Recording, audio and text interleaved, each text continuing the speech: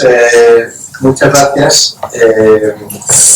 Y quería charlar un ratito sobre si pensamos que Europa va a tener algún éxito o no en reducir la prevalencia del tabaquismo.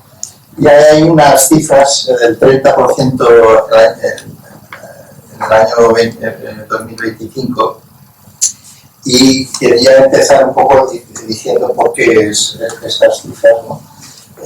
Antes de meternos en materia, porque me parece como que es un poco raro, es decir, 30% del 25% de dónde ha salido eso. Por cierto, como decía Esteve, es muy aburrido para mí estar hablando todo el rato, así que me interrumpís, discrepáis, decís lo que queráis cuando queráis, y si no tomamos una tangente no importa, también está bien. Simplemente quería recordar que en el año 2010 la Asamblea Mundial de la Salud, que como sabéis es el órgano de gobierno de la Organización Mundial de la Salud, aprobó un plan de acción de las enfermedades no transmisibles en el que se establece una serie de objetivos. El principal es que es que al final del año 2025 deberíamos conseguir a nivel mundial una reducción relativa del 25% de la mortalidad prematura de las 4 principales enfermedades crónicas, ¿no? Y a partir de ahí se derivaban una serie de objetivos que se supone que tenían que alimentar es decir, que conseguir estos otros objetivos llegarían a esta reducción.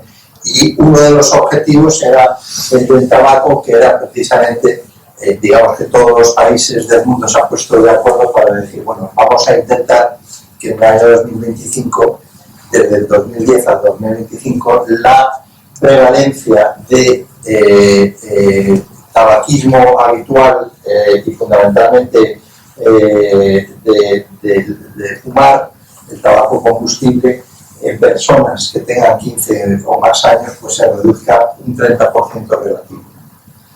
Es decir, que si digamos que si está a 100, un 30% relativo, se baja al 30, ¿no? El 30% que en circunstancias, por ejemplo, típicas, que alrededor de un 30% de prevalencia, un 30% de reducción relativa, pues sería, a ver, un estadístico Esteve que pues a 20 más o menos, ¿no? Sí, sí, bueno, pues sería, digamos, casi un tercio a 20 más o menos. ¿Por qué? Bueno, esto nos está, ¿por qué 30 y no otros? Porque de hecho luego se hicieron una serie de estudios a posteriori para ver si reduciendo un 30% de tabaco y se podría conseguir un 25% de reducción relativa de cardiovasculares. Y la conclusión era que no, que se necesitaba, que eran dos conclusiones, que la contribución a este primer objetivo vendría fundamentalmente de la reducción del tabaco y que si iba a venir del tabaco, la reducción relativa tendría que ser del 50% y no del 30%. Hubo un artículo en el Lancet que comentó eso. Pero de todas maneras, bueno, se aprobó el 30 porque se parecía bastante factible. Se hicieron una serie de cálculos con países que habían avanzado como Australia y algunos de Turquía, Uruguay, que habían impuesto, digamos, políticas bastante fuertes y estaban más o menos a un ritmo de que equivaldría al 30%, y en el mejor de los casos pensamos que lo máximo que podría pasar era un 30% de reducción relativa. Bueno, esta es otra disquisición. Lo que quería explicar es por qué esa primera frase hace referencia a estas dos cifras concretas, 30% de reducción en el consumo habitual de tabaquismo, no en el diario, sino en el habitual, y porque para el año 2025. Y lo que quiero hacer hoy es hablar de varias cosas. Uno, empezar por ver cuál es la prevalencia hoy en día en Europa, y ahí quiero decir que a veces manejo Europa como Unión Europea y a veces como el conjunto de Europa, se lo iré diciendo, porque a veces no hay suficientes datos y entonces los voy dejando. Luego, presentaré un ejercicio que hizo un colega mío ahí en la OMS junto con algunos académicos de Japón y de Australia, en el que hicieron proyecciones hacia el año 2025 de esa prevalencia, y explicaré un poco más luego, y luego calcularon la probabilidad por país de que alcanzasen ese objetivo que hemos mencionado por el año 2025. Y finalmente quiero comentar un poco, a raíz de las conclusiones que saquemos entre todos ahí, pues un poco cuáles son las barreras que pueda haber o elementos a considerar de cara a conseguir o no conseguir ese. Y hay dos cosas fundamentalmente que quería discutir. Era un poco, estamos haciendo lo suficiente en temas de política, de implementación de políticas, y segundo, cuál es la reacción de la industria y por tanto, digamos, por una parte el input y por otro el contrainput, ¿no? de esto. Bueno, entonces quería empezar un poquito con esta situación. Son datos fundamentalmente ajustados por edad y por tanto no coinciden exactamente con los valores existentes, pero te da una idea de que, por ejemplo, y estos son para ambas edades y para la Unión Europea, esta es la situación en 2010 en el que veis que en este tono gris-verde están los países que tienen prevalencias ajustadas menores del 25%, mientras que en este color más bien anaranjado están los que están por encima de 31 o más, mientras que en este color, digamos, amarillento están los que están en medio, ¿no? Y entonces, pues veis, esta es un poco la situación con algunos países como Suecia, no está Noruega, pero si no Noruega también, Finlandia, y Italia, y Portugal básicamente, Dinamarca, y no me acuerdo ahora qué país, yo creo que es Eslovaquia, sí, Checoslovaquia, sí, como soy de los antiguos como el tema. Bueno, y otro dato más, es decir, que de entrada veis que, bueno, pues hay un núcleo de países que está por encima del 30%, que, bueno, es un valor arbitrario, pero que se considera como, hay como dos límites, 20, 25 y 30, y veis que hay países que están en situación todavía un poco delicada, y España era uno de ellos, ¿no? Ahora, si ves el conjunto de Europa, lo que quiero presentar aquí es, por una parte, están clasificadas para hombres, aquí habrá hombres, aquí habrá mujeres, y en esta parte habrá los valores para países europeos de ingresos bajos y medios, mientras que los de aquí serán los de altos ingresos, y clasificados básicamente, lo que vamos a poner aquí es países que tienen menos de un 21%, o sea, 20 o menos, 21, 30, 30 más. Y en la mujer solamente hacemos una escala un poquito más adaptada, puesto que las prevalencias al final son más bajas, son menos de 4, 4 a 10 y 11 y más. Y lo que te da es esta situación, ¿no? Y lo que se ve aquí es básicamente el porcentaje de países, del conjunto de 55 países de Europa, y esto ya no es la Unión Europea, es el conjunto de Europa, cómo están distribuidos, ¿no? Básicamente están distribuidos por sexo, digamos, la suma del 100% es el sexo, en este caso masculino y femenino, y como vemos en los países de ingresos medios y bajos, existe un 32% de países que están por encima del 30%, que es todavía en los países de altos ingresos es 41%, y en el de mujeres, bueno, la gran, todos los países que son, perdón, esto es altos ingresos, 64%, el 100% del grupo de países de altos ingresos tiene más de, en este caso, más de 11% y aquí el 16%. Bueno, todo esto un poco, digamos, en el punto de partida, cuando vemos a ver cómo se puede, si se va a reducir o no más allá del 30%, bueno, pues un punto de partida en el que tenemos una situación en que, bueno, pues hay bastantes países que están, digamos, en los límites superiores de lo que son prevalencias del consumo, ¿no? Claro, esto podríamos clasificarlo de otra manera, en fin, podríamos hacer, pero el punto fundamental es que, como veis, las distribuciones están escoradas hacia prevalencias relativamente altas. Entonces, esto es lo que hay, ¿no? Y son datos del 2010. Entonces, mis colegas lo que hicieron fue, básicamente, tomar la experiencia del año 2000 al 2010, ver cómo evolucionaba la prevalencia en todos los países del mundo, pero también los de Europa, y establecer proyecciones, ¿no? Proyecciones al año 2025 y basadas en esta experiencia, como decía, del 2000 al 2010, como si no hubiera cambio. Es decir, no es una predicción, es una proyección, ¿no? Es decir, si la prevalencia evoluciona de la misma manera que evolucionó entre el 2000 y el 2010, se proyecta y se ve hacia dónde va.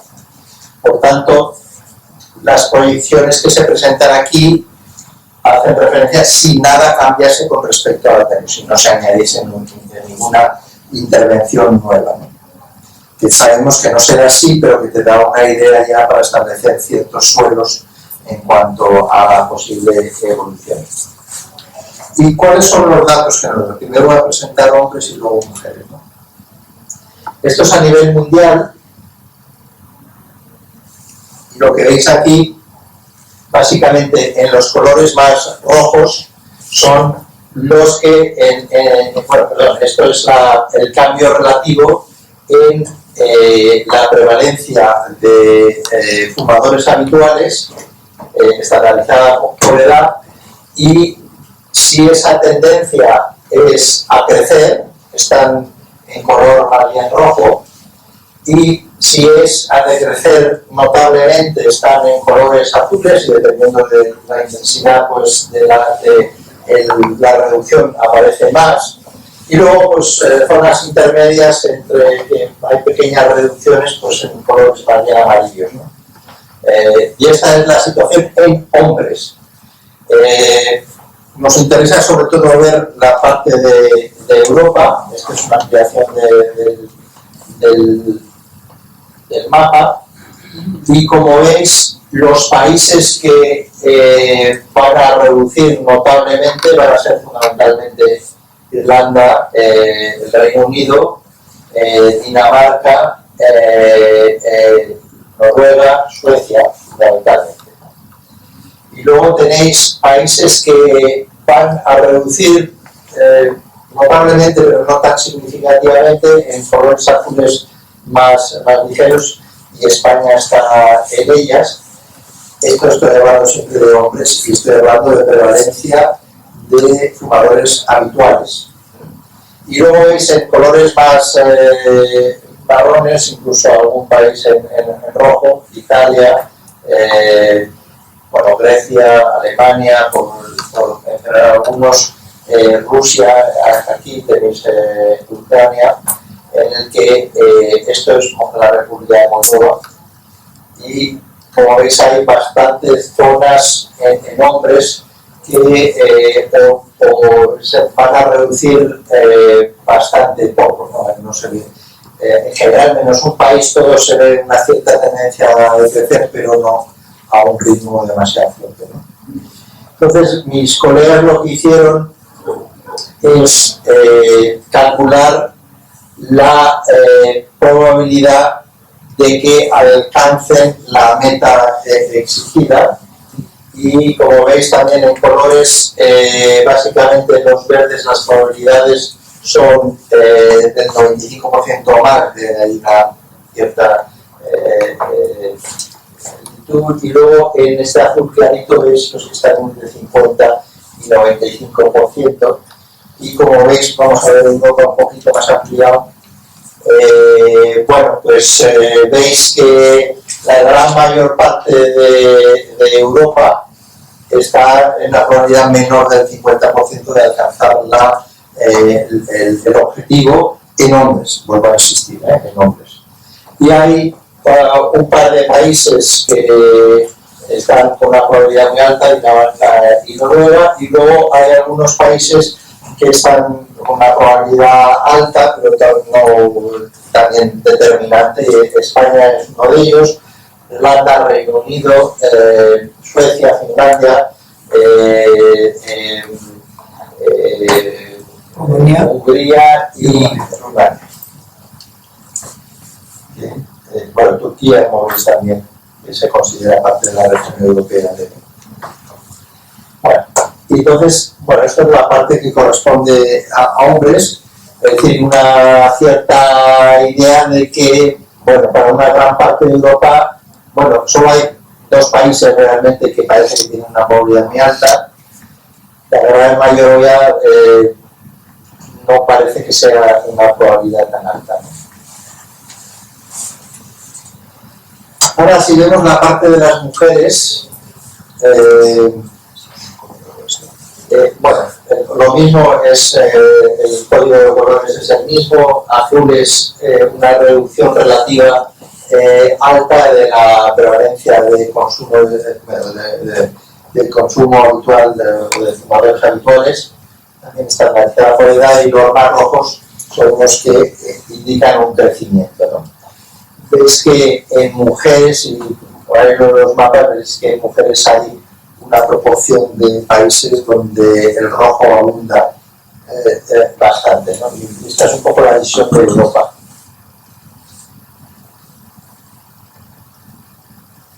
Y como veis, la gran mayor parte de Europa, quizá quitando el Reino Unido y algunos países escandinavos, pues domina el color rojo, que significa que o disminuye muy poco o aumenta, porque veréis que el color rojo está a partir de menos 5%, es decir, prácticamente estable o incrementando. Y los amarillos, un descenso, pero también muy poco significativo. ¿Y cuál es la probabilidad de que los países alcancen el objetivo para mujeres, ¿no?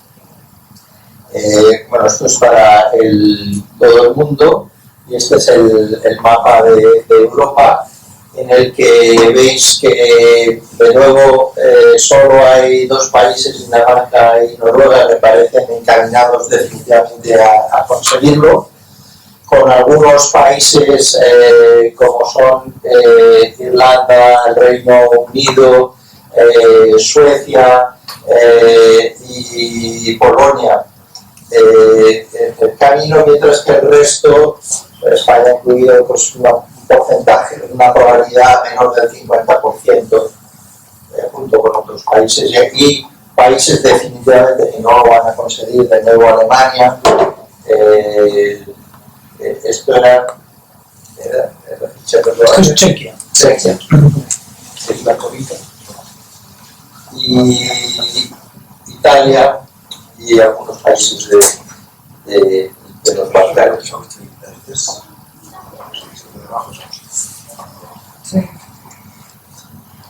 Bueno, ¿tú te acuerdas el valor de España que salía para las mujeres? Porque, ¿qué salía? ¿Naranja o rojo exactamente?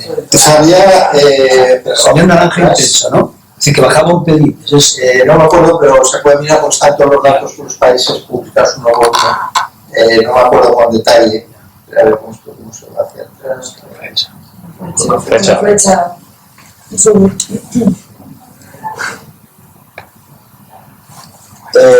Bueno, esta es la probabilidad que querías ver sobre la prevalencia, ¿no? Sí, es naranja intenso. Es decir, sí, el naranja intenso es del menos 4% o sea, de crecimiento a base. Seleccionaron, recuerdo que los autores idealmente deberían haber seleccionado 0, pero lo hicieron en cuanto a, creo que establecieron inquietudes, los textiles y un poquillo el tema de los países.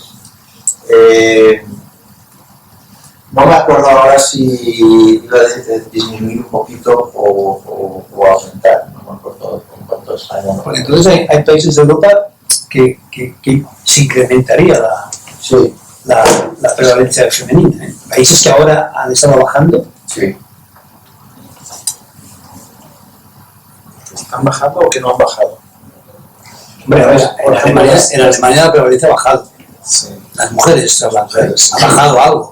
Y ahora Es una estabilización Una proyección pura con prevalencias previas Claro. sin intervención. Exacto. sí, pero claro. Esto hay que tener en cuenta Para que que es, aumente tiene que haber estado aumentando. sí, pero desafortunadamente aquí hay un pequeño grupo vamos a llamarlo de estabilización más que de reducción, ¿no?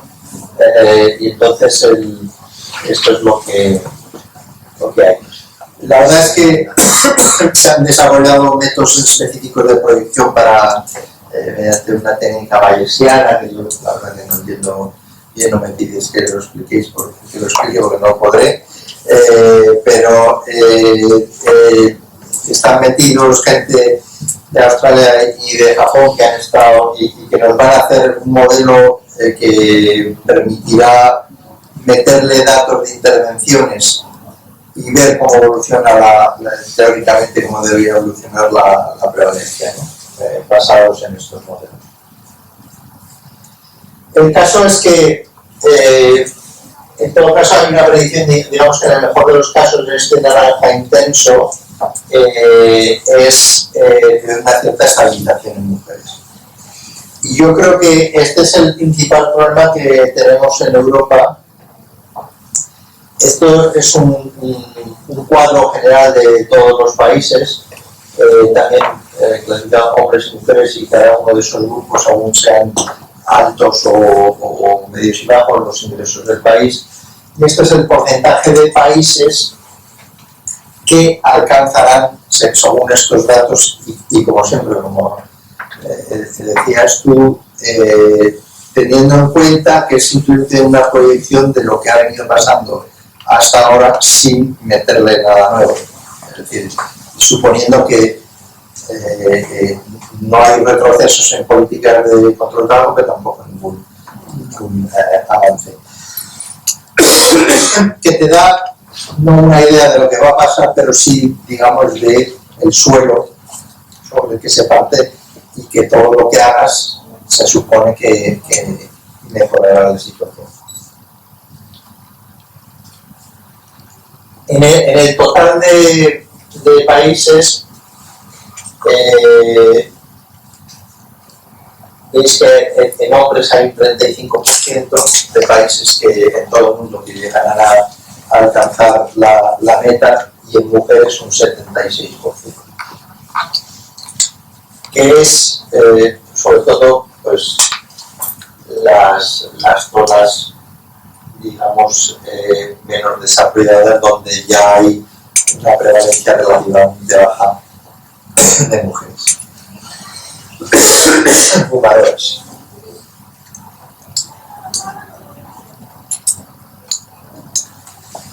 Estos son, bueno, datos adicionales de cómo evoluciona el número absoluto de fumadores.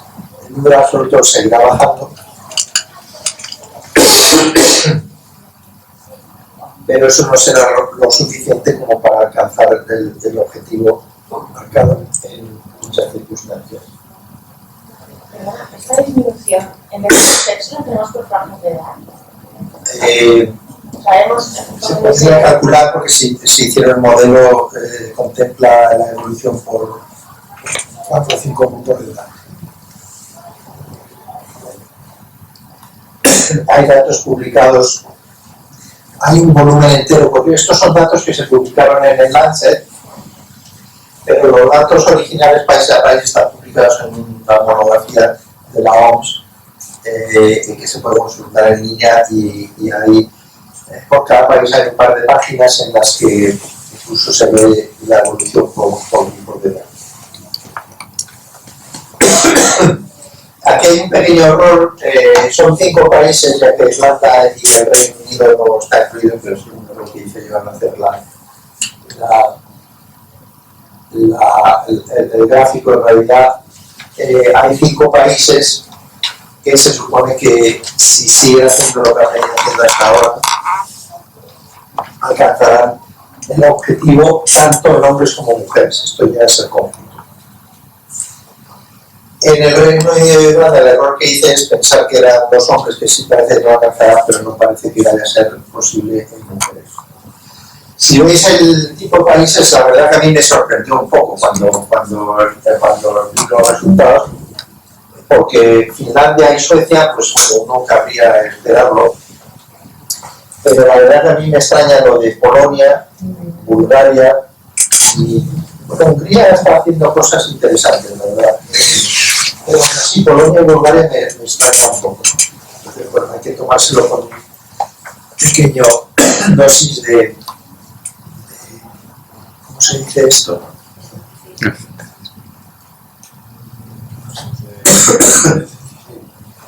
Es decir, cuando venga la otra diré, uy,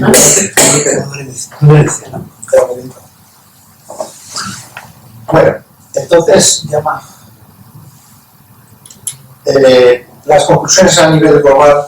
Sí, claro, yo del anterior, lo que llamaba la atención porque a priori piensas, bueno, quizás sí, los finlandeses que están ahí súper embalados, que tienen los objetivos, que han reducido, pero también son los que lo tienen más difícil, ¿no? Porque hay un efecto de techo, un efecto suelo. O sea, países que ya están muy abajo, como Finlandia o el Reino Unido, o quizás más que el Reino Unido. Bueno, de eso vamos a hablar. De una de las cosas que vamos a discutir precisamente es del hardening. Vale, ahí tiene que llegar. Pues bueno, entonces sigue. Entonces hablará Esteve, que es el que ha publicado sobre este tema. Pero sí, es un poco. Bueno, esto es lo que pasa cuando metes un modelo y tratas de hacer proyecciones, pues salen cosas un poco a veces raras que tienen que ver o bien con que el modelo no funciona bien, o bien con que los datos de origen no son todo lo fiables que son, ¿no? Y en algunos países, pues yo me inclinaría más bien por esta segunda opción, en el sentido de que los datos que tenemos a lo mejor no son del todo fiables. Pero en general, a ver, independientemente de los países que uno ve, bueno, un poco la conclusión que uno saca es que la verdad que son menos de los que yo pensaba. Cuando yo digamos empecé a leer el estudio o veía a mis colegas trabajar, pues yo pensé para bueno, pues está haciendo cosas, pues parecía que iban a haber más países que tendrían esta capacidad de alcanzar el objetivo. Vuelvo a insistir, esto es suponiendo que no hagan nada a partir del año 2010, que sabemos que ya lo están haciendo, ¿no? Pero bueno, no deja de ser un poco decepcionante, me parece un poco decepcionante, ¿no? Que sean 7 o que sean 10, no deja de ser un número relativamente limitado. A nivel global, simplemente para que veáis, es que en este periodo de 2000 al 2010, la prevalencia de fumadores habituales cayó en el 72% de los países para los hombres y en el 88% de los países para las mujeres. Es decir, que definitivamente, como sabemos, en general la prevalencia disminuye en general. Hay países en los que no, pero la gran parte, la mayor parte disminuye. La prevalencia no es un tema especial, aunque os diré que en general el número total de fumadores va a aumentar por efecto demográfico, ¿no? Es decir, la prevalencia, el número absoluto está aumentando a mayor velocidad de lo que disminuye la prevalencia, ¿no? Bueno, porque aquí estás hablando de las unidades de contagios o las funciones, ¿no? Sí, los países, sí. Da un peso, una unidad, Sí. 5 millones igual que otra de 40. Eso de Sí. bueno, sería la ley de Ohm para el tabaco. Bueno, lo que pasa es que sí, se pueden hacer cálculos por población, pero nosotros tenemos, digamos, una obligación de estimular a todos los países a hacerlo, ¿no? Aunque obviamente tratamos de que sean los países más grandes, porque van a ser los que tengan un efecto mayor,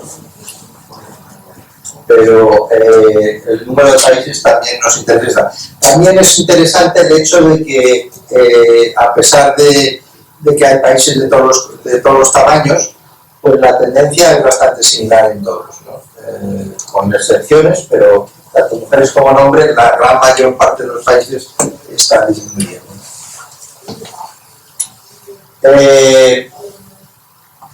La proyección que se hacía es que si estas tendencias continúan, los países que están en camino de conseguir este objetivo de reducir la prevalencia de fumadores habituales por un 30% en 15 años a 25, es de 21% de los países en el caso de los hombres y aproximadamente un 50% en el de las mujeres.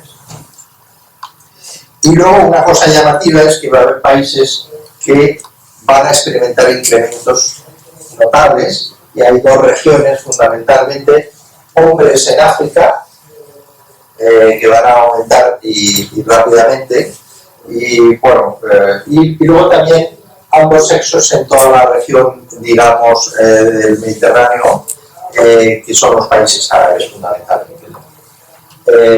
Y hay muchas cosas que discutir, pero aquí vamos a hablar solo de Europa, pero interesante de que la mayor parte de los países que no están disminuyendo y que no van a conseguir van a estar en África y en el Mediterráneo árabe fundamentalmente. Bueno, pues esta es un poco la situación, como veis, en cuanto a lo que, respondiendo un poco a la pregunta, bueno, ¿van a conseguirlo tal? Pues claro, no lo sabemos, pero si no pasara nada, desde el año 2010 no pasara nada, pues no tenemos unas esperanzas muy altas de realmente alcanzar estos objetivos de una manera masiva, ¿no? Se puede discutir sobre detalles, países, pero yo creo que el mensaje general es que, bueno, en el mundo y en Europa hay ciertas dudas de que podamos conseguir esta reducción del 30% si no cambia nada. Mucho menos la del 50% que sería necesaria para conseguir incluso bajar la mortalidad a un 25%, como la mortalidad prematura, como también se ha planteado en los países. Bueno, aquí la discusión entra en, bueno, y qué es lo que podemos hacer, qué está pasando, que pueda cambiar nuestra impresión esta impresión un tanto negativa de lo que es la evolución de la prevalencia, ¿no? Yo creo que el primer tema es, bueno, hemos hecho en Europa lo suficiente en temas de políticas de control de tabaco. Uno tiene la impresión de que sí, ¿no? Sí, no sé qué impresión tenéis vosotros, porque yo vengo, digamos, de un planeta donde peinan todas las mañanas a las vacas y claro, es una visión un poco distinta. Pero ¿qué impresión tenéis vosotros de lo que se está haciendo en Europa y no solamente en la Unión Europea? ¿Alguna impresión tenéis? ¿Se está avanzando? ¿No está avanzando? ¿Es más bien negativa? ¿Más bien positiva? No hay una impresión. Sí. De una impresión única tampoco, porque el valor es muy grande. Y hay desigualdades en lo que se ha conseguido y lo que se puede hacer, claro, lo que se ha hecho. Entonces, como visión general y desde aquí, estamos contentos, pero quizás ese sea el problema, ¿no? De que pensamos que hemos hecho ya, que hemos ganado muchas batallas o que se ha progresado mucho y que más no se puede hacer. Sobre todo cuando te comparas con otros países. Y cuando dices, hablas en plural, hablo de Cataluña, hablo ahora España, como Europa, países más desarrollados, incluyendo a Cataluña. No sé, mi sensación es eso, ¿no? Ves, te miras, según el espejo que te miras con los finlandeses, o con otros, pues dices, podemos mejorar, si te miras con los australianos, ¿no? Pero claro, también hay falsos amigos ahí, ¿no? Porque Grecia, Portugal está muy bajita, pero porque la dinámica de la epidemia en su país va por otros sitios. Entonces todavía no están casi ni fumando. Y si tiene que pasar ahí algo es que empezarán a fumar. Sí, como predecía el modelo. Un poco, bueno, que es un tema relacionado, el tema de África sobre todo es un tema de poder adquisitivo, ¿no? En la medida en que los países se desarrollen, no es que están fumando relativamente poco, no porque la industria del tabaco lo quiera así, sino porque, bueno, es un mercado de poder adquisitivo limitado, pero en la medida en que se desarrolle económicamente en estos países, si no se establece ningún tipo de política de control, lo natural es que parte de ese dinero extra que ingresa como ingreso en una familia, pues posiblemente lo aproveche la industria para vender sus productos. Bueno, entonces, yo lo que quería aquí es presentar la situación de Europa en cuanto a 6 políticas de control de tabaco. Ahí pone de la Unión Europea, que son todos los países de Europa los que están aquí. Y lo que hemos hecho, hay 6 políticas. Está la política de ambiente libre de humo, la de política de ayuda para dejar de fumar, la política de advertencias sanitarias gráficas en los paquetes, campañas de educación, la prohibición de la publicidad, promoción y patrocinio y los impuestos. Y lo que veis aquí, ahora lo veremos uno por uno, lo que veis en color, digamos, azul oscuro o negro, es básicamente los países que nosotros consideramos que están en el top, lo que sería mejor práctica en la política concreta, ¿no? Estos son ambientes libres de humo. Como veis, está Irlanda y el Reino Unido, está España, está Turquía, está Grecia, está Rusia, está Estonia, si no me equivoco, está creo que es Chipre. En fin, hay unos cuantos, pero como veis, todavía domina una amplia área en la que no digo que no haya nada, simplemente digo que no está al nivel de la legislación que tienen otros países, como se dice, que hay espacio para mejorar, ¿no? ¿Estación actual esto? ¿Estación actual? Sí. Esto es final de 2014. ¿Tú crees que Italia y Francia están mucho diferentes, muy distintos de España? Recuerda que hay una discusión aquí en la manera que nosotros clasificamos los países, porque sabéis que tanto en Francia como en Italia existe la posibilidad de que se creen espacios de fumadores. Y es cierto que no son muy frecuentes, pero los hay. Entonces, ahí hay que discutir algo también. Por ejemplo, los países nórdicos tienen una legislación desastrosa, es muy mala, pero no veréis que se fume en ningún sitio interno, ¿no? Es decir, que se puede discutir como muy bien decías tú, bueno, se puede discutir si Italia y Francia están en ese grupo y legislativamente no están mayor. No tenemos datos concretos porque sería bueno tener, por ejemplo, porcentaje de restaurantes y bares que tienen espacios para fumadores. Las últimas cifras que leí es que en Francia están alrededor del 7% de esos establecimientos. Luego, también se puede discutir si se está implementando bien, porque os diré que en Grecia no se cumple para nada. ¿Y en Rusia qué tiene? Rusia tiene una legislación muy buena y se cumple. ¿Sí? Sí, muy reciente, desde el año 14, pero se está cumpliendo muy bien. En Rusia se está cumpliendo muy bien. Bueno, claro, es muy difícil saber lo que ocurre en toda Rusia, pero las impresiones que tenemos nosotros, sobre todo de las grandes ciudades, es que se está implementando bastante bien, para nuestra sorpresa. pero sí, ha habido Estonia también, bueno, Irlanda y Inglaterra se cumple bastante bien. Turquía se cumple bien, pero no muy bien.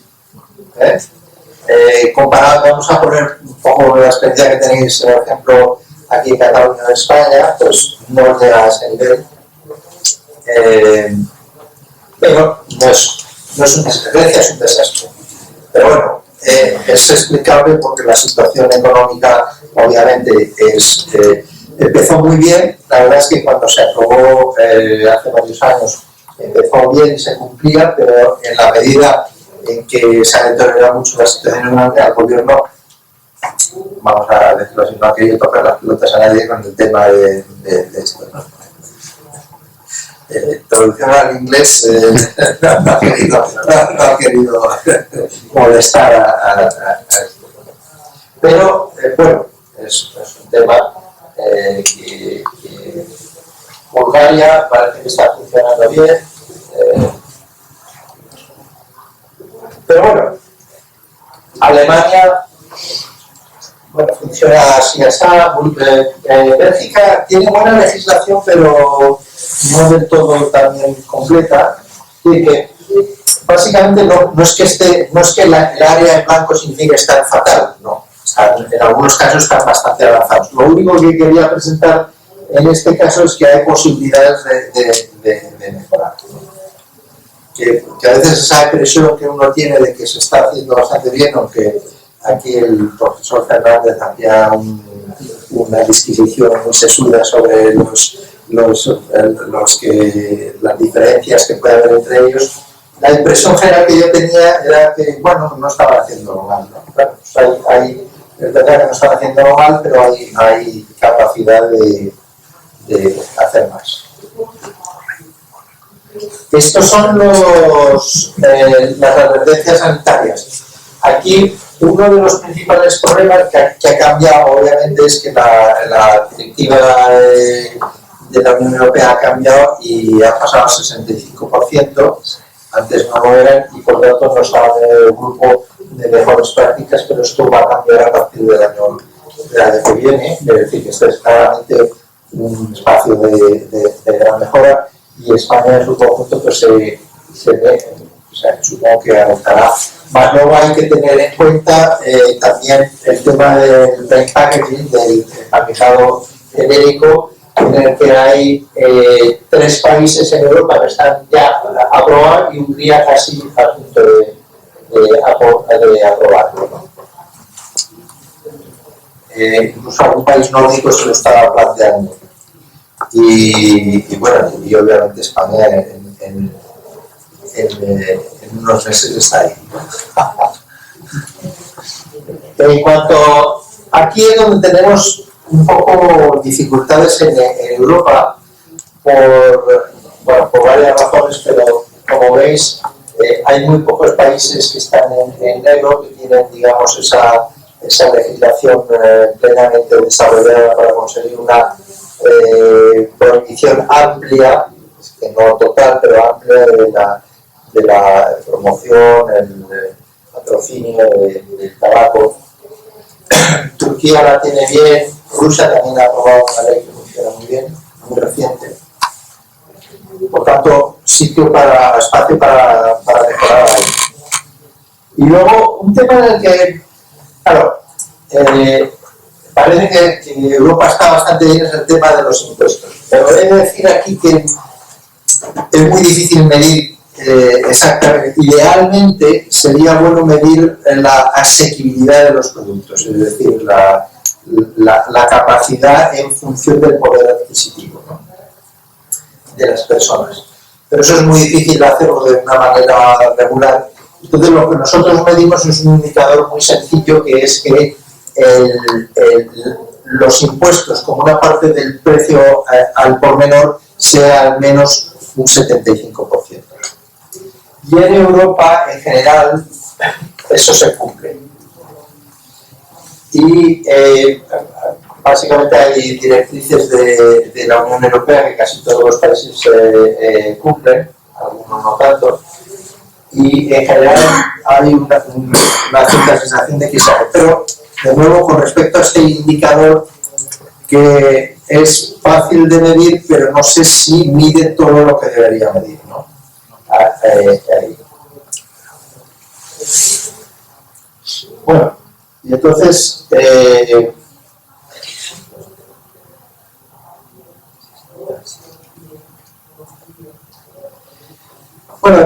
hay cierto espacio para mejorar. Creo que la pregunta es un poco por donde iba antes.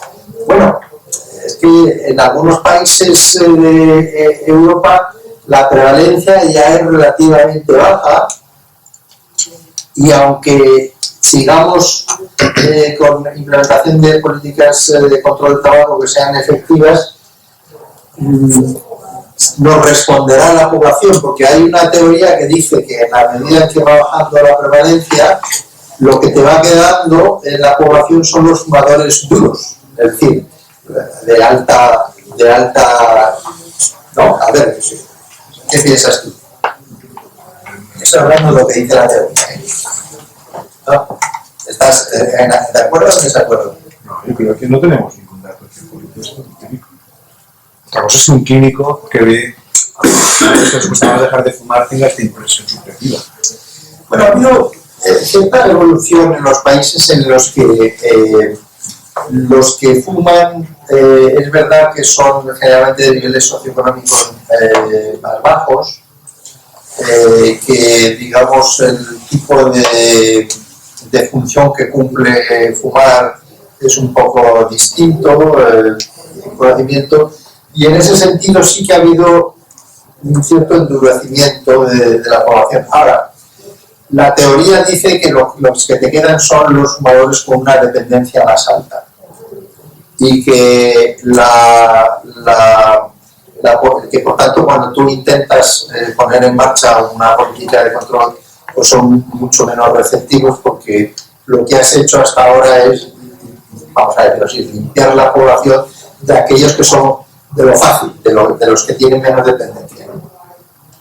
Y hay autores de gran renombre que discrepan obviamente del tema. Uno de ellos es Esteve, que ha hecho un estudio sobre el tema en Europa. No copio aquí sus gráficos,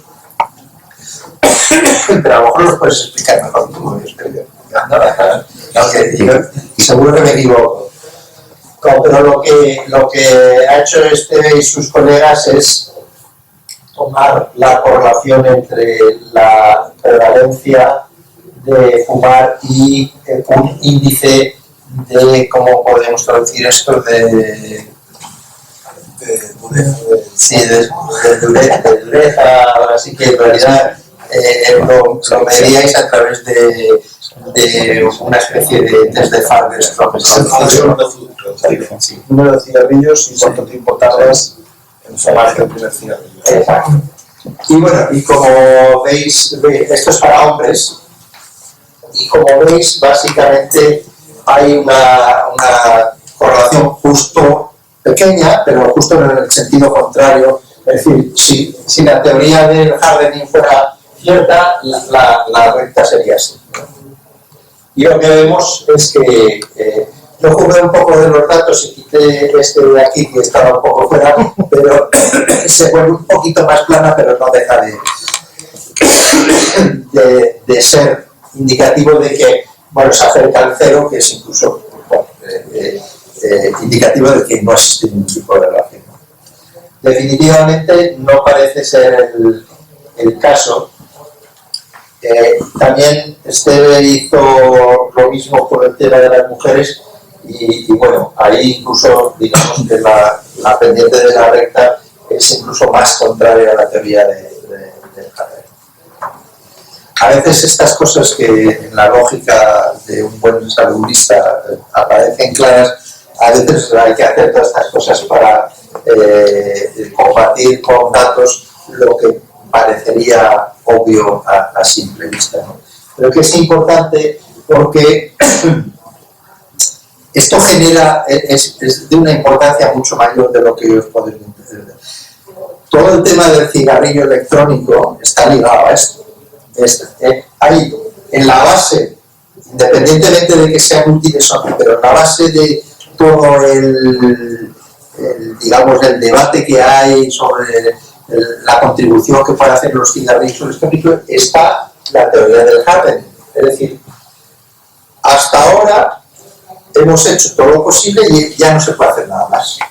Porque básicamente la prevalencia no va a disminuir si sigues aplicando lo que llaman políticas tradicionales, los impuestos, las advertencias, etc. Y la base de todo eso es que no hay espacio para mejora, porque la población está tan endurecida y poco receptiva a las políticas que solamente un cambio de paradigma de acercamiento a este tema, como representan los cigarrillos electrónicos, sería posible. Por tanto, digo que es importante demostrarlo porque no se discute en salud pública con toda la apertura y transparencia que hay, pero detrás de mucho del debate de reducción de daños en general, claro, está este concepto de que los enfoques que ellos llaman tradicionales han dejado de funcionar y que hay que hacer otra cosa porque nuestra población es distinta. Firestone está en esta, ¿no? Sí, pero Firestone dejó de ser hace tiempo un científico y ahora se dedica a comercializar el snus y trabajaba para Swedish Match, en fin, una visión distinta de la vida. Te ha saltado el análisis del apoyo a dejar de fumar. Cuando compramos diferentes países, sí, que quizás no se llegaría también a enfocar eso. Me lo he saltado porque no tengo datos muy buenos sobre el tema. Pero a mí me gustaría saberlo. No lo tengo aquí, pero hay mucho espacio para mejorar. Lo que pasa, por ejemplo, si no me equivoco, el único país de Europa que alcanza un nivel de mejor práctica, y somos bastante generosos en la aplicación de mejor práctica, es el Reino Unido. Es el único que...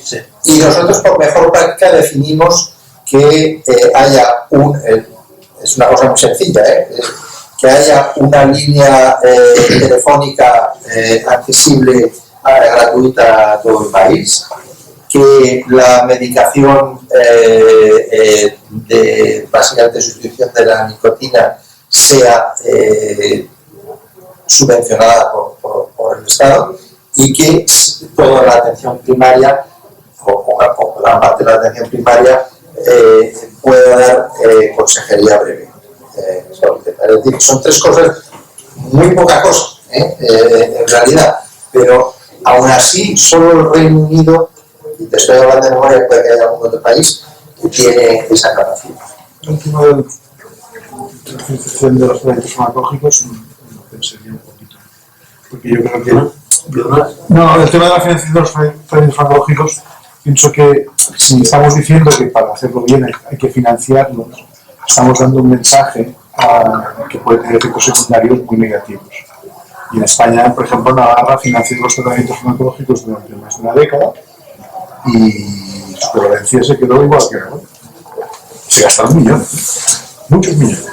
Porque los cabeceras, en vez de decir tendría que dejar de fumar, decía, debo hacer una receta para que deje de fumar. Por eso, cuando nosotros decimos que el mínimo tiene que ir acompañado de consejería breve y la posibilidad, al menos, de una asistencia telefónica sobre el tema. Y aisladamente no funciona. Porque, como tú dices, es la solución cómoda. De hecho, en la Tobacco Control Scale de Jussens, que es una escala ponderada, esto puntúa poquito. Y, en sus palabras, explicado a lo que sirven los congresos y otras reuniones, es de lo que menos se fían también. Él tiene una red de informadores que le pasan la información de cada país y realmente esto es lo que muchas veces se desconoce bien el alcance de cuán de implementado está en el sistema sanitario todo esto. No sé. Yo creo que vamos a tener también un problema, un efecto cohorte, sobre todo con las mujeres en los países desarrollados, donde culturalmente empezaron a fumar, sobre todo en el caso de España, que se escapó de la Unión Europea en la década de los 70, y han continuado por su evolución en la epidemia del tabaquismo, no han llegado a bajar. Entonces, ese target, este objetivo de bajar el 25%, nos puede venir influenciado por un efecto corte de cierto grupo poblacional. También se ha visto que la incidencia por cáncer de pulmón está casi superando la de mama en ciertos grupos de mujeres.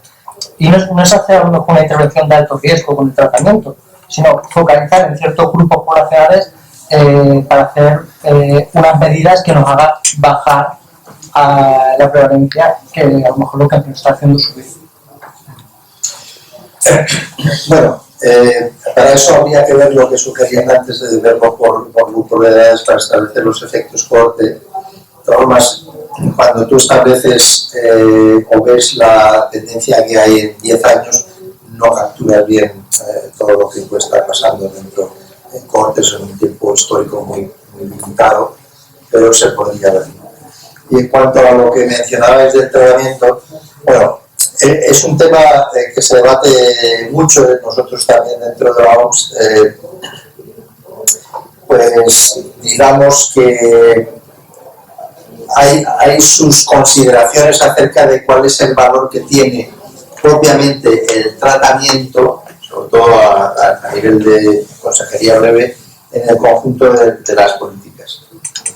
Vamos a decir que sabemos que es de los menos costo efectivos de los 5 o 6 que seleccionamos, vamos a decirlo así, pero que pueden tener un valor más político que puramente, digamos, de impacto. ¿Y por qué digo esto? Porque a veces en muchos países cuando quieres crear una masa de influencia que procede fundamentalmente del sector sanitario, tú tienes que darles un papel a los clínicos que necesitas y que no van a participar al menos intensamente de las concepciones más amplias de salud pública, pero quieres atraerlos a través de cierta participación en los aspectos más debatible, pero eso es lo que está un poco también en consideración cuando hablamos de esas políticas. Pero bueno, bueno, si lo vimos también a Chapman y nosotros estamos muy influenciados un poquito por esta visión. Pues Chapman ha cambiado de opinión, por cierto, ese tema, porque yo le leí un artículo hace 10 años que decía que lo que había que hacer era conseguir que los fumadores que quedaban, porque venía a apoyar un poquito esa idea del Gardening, que había que desarrollar técnicas de tratamiento de individuales. Pero ha cambiado, Ha cambiado bastante, no tiene que ser un poco lo contrario, ¿no? Lo que pasa es que, bueno, esto, yo no sé si vamos mal de tiempo, ¿vamos mal de tiempo? No, sí, lo que queramos. Mandamos todos, no sé, llevamos una hora, pero si... No, sigue hablando. Cuéntanos lo que nos has de contar y luego tenemos... Eso es buena idea. Bueno, queda muy poquito. Simplemente quería hablar del tema de la industria, que como sabéis perfectamente ejerce una gran influencia, y solo quería presentar unos datos que demuestran esto, sobre todo en el tema de la Unión Europea, ¿no?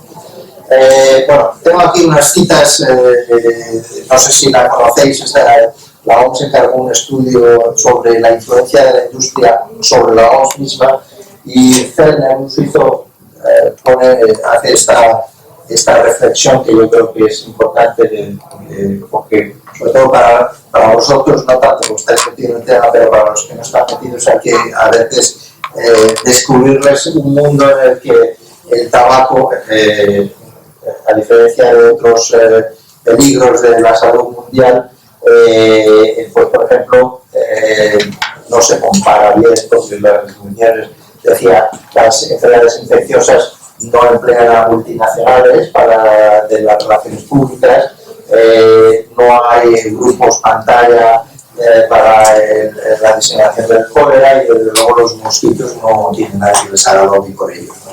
Entonces, y sin embargo el tabaco sí. Y sí, bueno, es una cita jocosa, si uno quiere. Bueno, hay una serie de cosas que hacen la industria. Nosotros lo clasificamos en más o menos seis grupos, pero pasemos un poco a lo que pasó en la Unión Europea, sobre todo con la discusión de la directiva, ¿no? Recientemente aprobada, y aquí lo que veréis aquí es un calendario con dos fases, una de trabajo en la comisión y luego en el Parlamento, y básicamente la evolución que hay es que hubo un primer informe de la RAN para impacto, etcétera, que dio origen a la primera redacción de la comisión.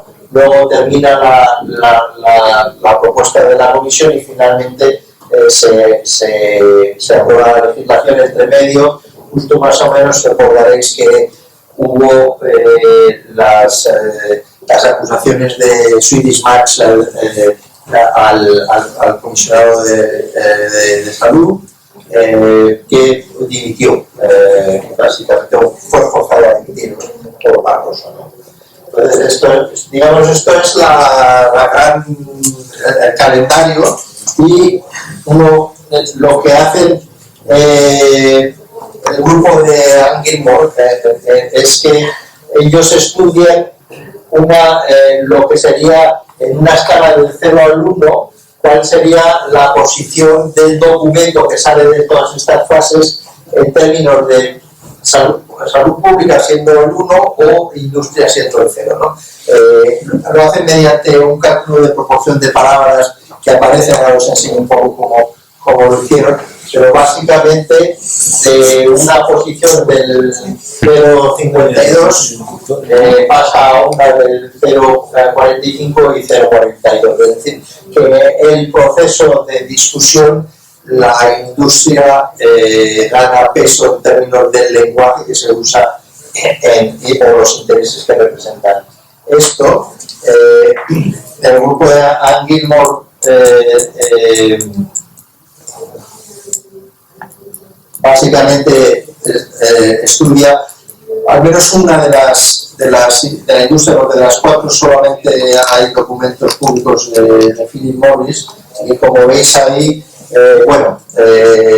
se supone que el dossier de la directiva de trabajo ha sido el dossier que ha sido más, ¿cómo se diría? ¿Lobideado? ¿O cómo se diría? Cabildeado en la historia de la Comisión Europea. 160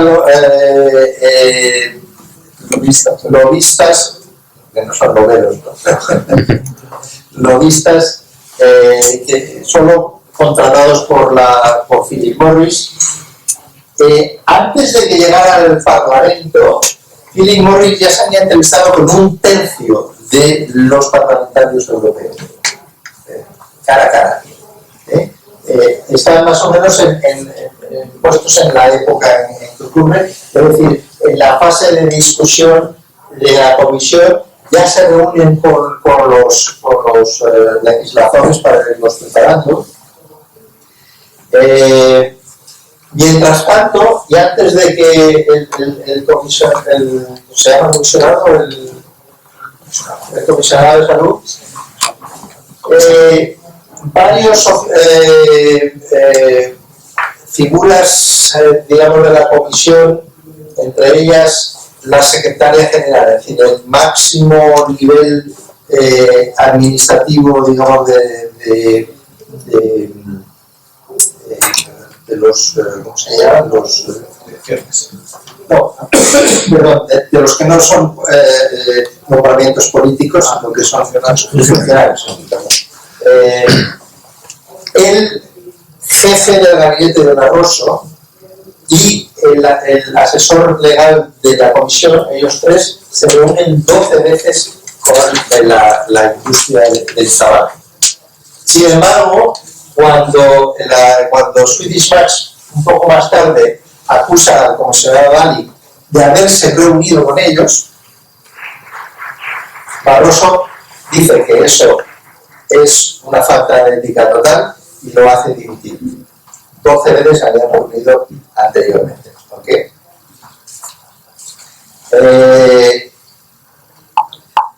La industria del tabaco movilizó a más de 150 asociaciones que no tienen nada que ver con el tabaco, cámaras de comercio, etc., ¿no? Muchas relacionadas con la industria.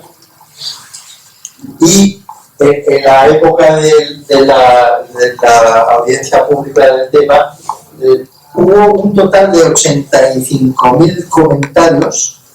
La gran mayoría son originados por la industria y además el 57% eran duplicados. Que la idea era sobrecargar, obviamente, el sistema. Bueno, esto es un poco el análisis que ellos hicieron. Buscan palabras raíz, salud, advertencia o economía. Consideran que estas son más de salud y estas más de economía, y esto ven por tipo de organización. Las organizaciones de salud mencionan 1,7% de las palabras hacen referencia a salud, mientras que las de la industria hacen menos, ¿no? Casi la mitad. En cuanto a advertencias, 1,7% del total de las palabras, mientras que las de la industria son 0,7%. Y la parte de economía, mientras que la de salud la mencionan muy poco, obviamente un poco más de cómo era de esperar. Y esto es lo que comparan al principio del documento, al principio y al final, es decir, la legislación. La palabra salud o la raíz salud aparece 1,5% y termina ocurriendo 1,21%. La parte de advertencia también baja de 1,5%. Como sabéis, hubo un gran debate sobre impedir que las advertencias fueran muy grandes y gráficas. Pasaron del 1,6 al 1,20, y la parte de economía, que originalmente no tenía ninguna mención del tema de economía, termina teniendo un 0,25%. Este es el tipo de análisis que hicieron, ¿no? Y luego importante también recordar en el tema de la industria es que hubo varias ONGs que presentaron a la ombudsperson o defensora del pueblo, como se quiera llamar, de la Unión Europea.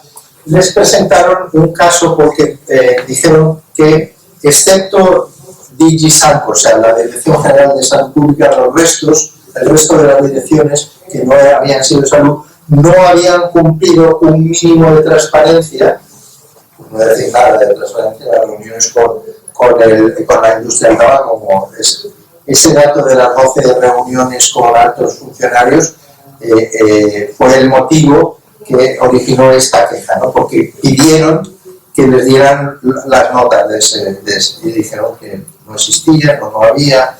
Bueno, de hecho ni siquiera figuraba que las reuniones habían existido. Entonces, presentaron un caso básicamente basado en el hecho de que la Dirección de Salud seguía un cierto protocolo basado en el artículo 5.3 del Convenio Marco, que establece ciertos niveles de transparencia, y que los otros no lo hacían, ¿no? Entonces, salió hace 2 o 3 semanas. Esta persona dijo que estaba de acuerdo con la queja y que la comisión debería asegurar, no solamente de una manera pasiva, que era lo que ellos decían, bueno, que pasivamente si les piden, ellos lo dan, que tampoco parece ser muy cierto, pero bueno, que tenían que asegurar la transparencia de una manera proactiva, tal y como lo había hecho la Dirección de Salud. Y con una serie de requisitos que tienen que publicarse online todos los meetings de que ocurren, que cualquier staff tiene con cualquiera de la industria, que las notas de la reunión tienen que hacerse públicas, y que esto se debería aplicar a cualquier nivel de la comisión, sea quien sea, si es el último bono o el primer bono. Esto, y que, bueno, yo creo que fue un triunfo de alguna manera porque hubo un renuncio. Vamos a ver qué es lo que pasa. Bueno, yo creo que básicamente, yo creo, como resumen, vemos que no se está avanzando, probablemente no se avance todo lo que se debería, y por tanto hay, digamos, estos datos llaman un poco a redoblar esfuerzos en el conjunto de Europa, que aunque haya países que estén relativamente bien, yo creo que necesitamos tener una visión de conjunto europea, que no basta con estar contentos con lo que se ha hecho a nivel nacional, y que bueno, ese espacio en parte será cubierto por la directiva, pero no enteramente, de que se puede hacer, no hay razones digamos científicas para pensar que las políticas llamadas tradicionales dejen de funcionar, y que uno de los elementos que vamos a tener que prestar más atención, incluso más de lo que es que, como sabéis perfectamente, este debate no se produce en el vacío, sino en contra de una industria, y que eso vamos a tenerlo que tener incluso mucho más presente, y que va a haber que actuar a nivel de Bruselas también para que esto se haga. Yo creo que hubo una asociación muy activa en el tema de la directiva, que fue la de Florence Berteletti, y ahora que tenemos a Paco Rodríguez como cabeza de otra de estas asociaciones, yo creo que es importante que también les apoyemos para que digamos, la masa crítica sea cada vez mayor. Positivo, porque yo creo que vamos avanzando, pero yo creo que hay que acelerar un poquito más el paso, ¿no? Yo creo que es el mensaje fundamental. Positivo, contentos, yo creo que debemos, en general como europeos, debemos estar contentos de que se está avanzando, pero hay que apretar un poquito el paso, ¿no? Porque existe una cierta, en algunos sitios, una cierta sensación de complacencia, ¿no? De que se está avanzando y que eso está bien. Yo lo veo a nivel internacional porque oigo a mucha gente de mi entorno que dice, bueno, ya está solucionado, ahora vamos a solucionar lo del ejercicio, que también es importante, yo no digo que no, pero es la frase anterior, el tabaco está solucionado. Y recalcar que si queremos tener un impacto en la mortalidad prematura por enfermedades no transmisibles, el factor de riesgo fundamental sobre el que debemos trabajar, el que reportará un mayor impacto, es el tabaco. Nos guste o no nos guste, eso es así, lo digo porque hay colegas míos que se han dedicado a otros temas como la actividad física, los temas de nutrición, etcétera, que son muy importantes, pero que debemos aprovechar un poco el ímpetu que trae el tema del tabaco para dejarlo de alguna manera bien encarrilado. En fin, bueno, esto eran algunas de las cosas, y para los que se tengan que ir, pues muchas gracias. Para los que se quieran quedar y comentar algo más, pues que se sientan libres de hacer, comentar, discrepar.